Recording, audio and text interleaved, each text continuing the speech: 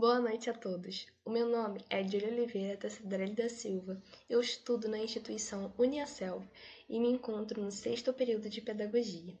Hoje eu vim apresentar a vocês o meu seminário. O tema dele é as bases de um aluno e o tema principal é a relação escola-comunidade. Após isso, a introdução, o objetivo do trabalho é demonstrar o desenvolvimento na criança no estudo, e o quanto que o aparato da família representa para ela, representa nesse desenvolvimento. Na minha fundamentação teórica, eu utilizei duas citações, mas antes disso eu vou explicar como nós nos encontramos no período atual. Atualmente, em 2021, estamos enfrentando uma pandemia causada pela Covid-19. E nesse contexto, as crianças precisavam ficar em casa, né, sem se aglomerar, para que o vírus não chegasse às suas famílias, né? Só que, o que é a criança? A criança é um ser que precisa descobrir o mundo. Ela descobre o mundo através da observação. Ela descobre o mundo através das tentativas e erros. Ela descobre o mundo através dos ajustes que os pais e os responsáveis vão fazendo a ela. Ela descobre o mundo imitando as coisas. É assim que a criança se desenvolve. Então, nesse contexto, infelizmente gerado pela Covid-19, as crianças tiveram que ficar afastadas das escolas. Então, elas não tinham relação com outras crianças, não tinham relação com os seus professores. E aí, os pais, nesse período, representaram, não só nesse período como na vida em geral, né? Mas como estamos retratando isso no trabalho, os pais representaram para essas crianças uma peça fundamental, que foi ser quem elas poderiam se comunicar, compartilhar os deveres, quem elas poderiam compartilhar as atividades lúdicas. Os pais, os responsáveis, se tornaram uma peça fundamental na construção do mundo dessas crianças. E eu utilizei duas citações aqui. A primeira foi de Marx, e ele diz o seguinte: o desenvolvimento e a educação da criança depende muito do esforço comum das esferas sobrepostas que definidas o mundo da criança. O que isso significa? O que são essas esferas? Essas esferas é a escola e os responsáveis dessa criança, né? E ele continua: quando essas esferas comunicam e se relacionam de forma positiva, cria-se um ambiente ecológico favorável ao desenvolvimento. Ou seja, quando a escola e os pais conseguem trocar uma discussão em relação àquela criança, conseguem pontuar o que falta, o que precisa ser ajustado, quais são as dificuldades daquele aluno, ali sim cria-se uma esfera muito favorável, uma esfera positiva, porque aquela criança consegue se desenvolver de forma correta, ela consegue ter todas as bases ali dando um apoio, né, conversando entre si para que ela progrida, né, para que ela se transforme, para que ela consiga ter um bom aproveitamento escolar, um bom aproveitamento na comunicação, um bom aproveitamento no mundo, assim.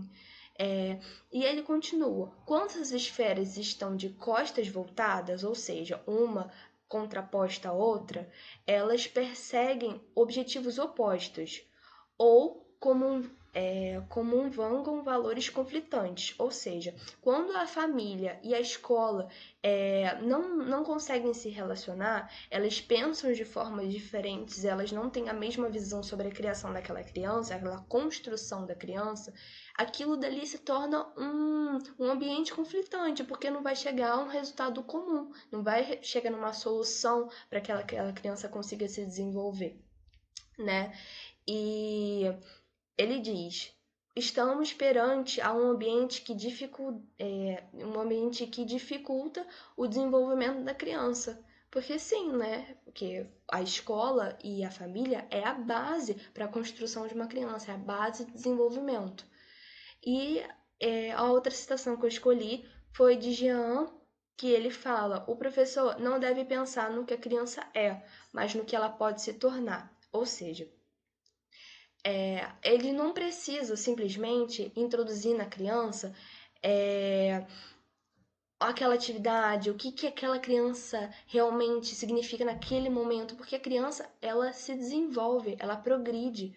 Então, não adianta pensar no ambiente atual, mas precisa pensar no ambiente futuro, o que determinadas atividades lúdicas possam vir a acrescentar, o que a família pode vir a acrescentar. Então não adianta pensar no cenário atual, mas sim no cenário futuro, porque todos nós, independente de ser criança, adolescente, todos nós estamos sempre em desenvolvimento. E a criança principalmente, porque ela está nessa fase de construção. Bom, em seguida eu usei uma outra imagem, que eu vou até ampliar aqui para que vocês consigam ver melhor. Isso aqui foi num estágio que eu fiz no colégio Disneylândia. E aí são dois casos. Um caso é de uma menina e um caso é de um menino. Eu vou passar para outra etapa, que é o resultado e a discussão. Como assim? Bom, aquelas duas crianças representam duas esferas totalmente distintas, que foi o que eu li das duas citações acima. A menina, em todas as aulas, tinha o aparato da mãe. A mãe estava presente com ela, estava auxiliando no dever. A mãe conseguia desenvolver todas as atividades lúdicas possíveis. A mãe fazia jogo com ela. A mãe realmente se esforçou durante todo o período letivo para que aquela menina, pelo menos, conseguisse ter um aparato naquele momento, uma ajuda, entendeu? E no outro caso é do menino. E ele, infelizmente, não sei porquê, mas ele não tinha o aparato de nenhum responsável ali perto. Então, o que a criança ela é? Ela é um ser que tem muita energia. Ela não consegue ficar perante a tela de um computador durante horas e horas e horas. Ela é inquieta, ela levanta, ela toda hora quer beber água, ela toda hora quer olhar para o nada e mexer com brinquedos. A criança não é um ser que consegue ter uma concentração contínua.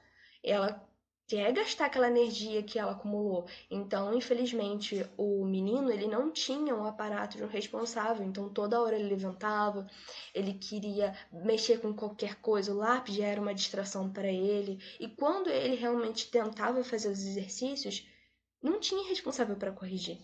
Então, o que ele fazia? Ele fazia o exercício, chegava na câmera da aula e mostrava assim: professora, tá certo?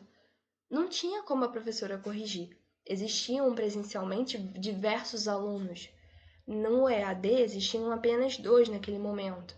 Então ela não tinha como parar e realmente ler aquilo, porque primeiro que o celular não conseguia focar o que ele tinha escrito, né? Segundo que ele mexia muito o exercício. E terceiro que ela realmente não tinha condição de dar conta das pessoas do EAD e dos alunos da sala de aula. Então ele acabava ficando frustrado, porque ela dizia: "Ah, não, tá certo, tá certo". Aí ele falava: "O que é para fazer?". Aí ela falava: "Tá certo, tá certo". E ele ficava frustrado, tipo: "Poxa, não era isso que eu queria", entendeu?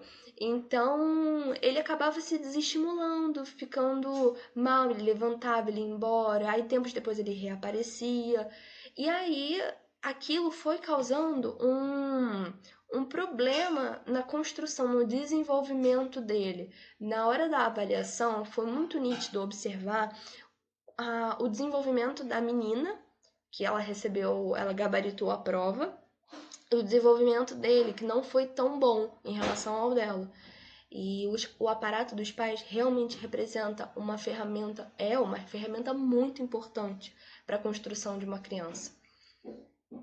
E encerrei meu trabalho assim. Muito obrigada a todos por terem me ouvido e espero que tenham gostado.